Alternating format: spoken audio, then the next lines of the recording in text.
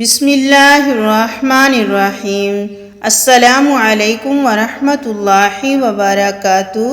حضرت ابو درداء رضی اللہ تعالی عنہ سے مروی ہے، جب ان کی وفات کا وقت آیا تو انہوں نے کہا، میں تمہیں ایک حدیث سناتا ہوں جو میں نے رسول اللہ صلی اللہ علیہ وسلم سے سنی ہے۔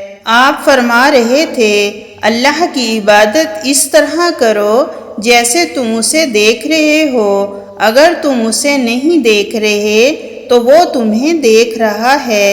اپنے آپ کو مردوں میں شمار کرو، مظلوم کی بد دعا سے بچو، کیونکہ مظلوم کی دعا قبول کی جاتی ہے، اور تم میں سے جو اس بات کی طاقت رکھے کہ وہ عشاء اور فجر کی دونوں نمازوں میں حاضر ہو، اگرچہ گھٹنوں کے بل ہی کیوں نہ ہو، تو وہ ایسا کرے۔